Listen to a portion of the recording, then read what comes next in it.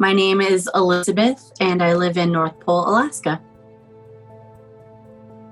My original diagnosis was in 2018.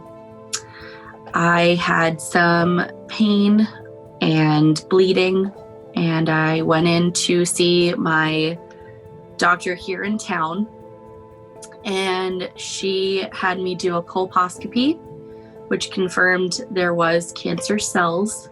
She sent me to Anchorage to see Dr. Hardesty. I did my initial eval with Dr. Hardesty, and 2 days later, she scheduled surgery, and I had a radical hysterectomy to remove a 3.7 centimeter tumor. 6 months later, everything was great. I did my follow-up, and I had a clear bill of health. I flew back to Fairbanks, and shortly after, I started noticing pain down my left leg. I remember just talking with my husband, Tanner, and saying, what if it's cancer? And I just broke down and I cried. I just collapsed on the ground. And so I went back to the doctor here in Fairbanks, and my tumor had come back at an 8 centimeter tumor.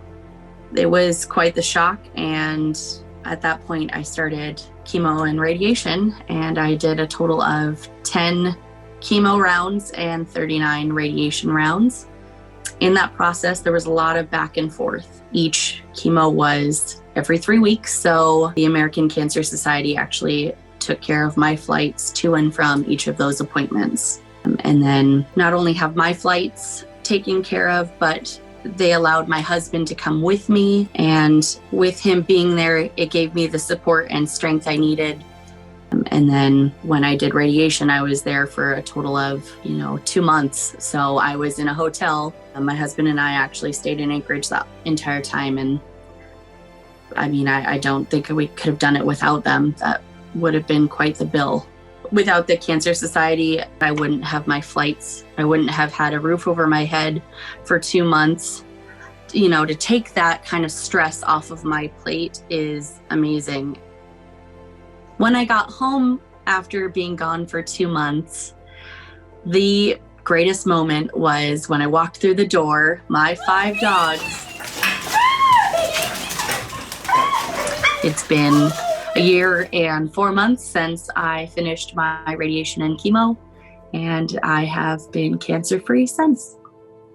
To anyone who is considering donating to the American Cancer Society, because of people like you, the American Cancer Society can continue to help the next person, and without you, there would be no Cancer Society. And maybe there wouldn't be anybody like me sitting here saying thank you from the bottom of my heart. Thank you so much.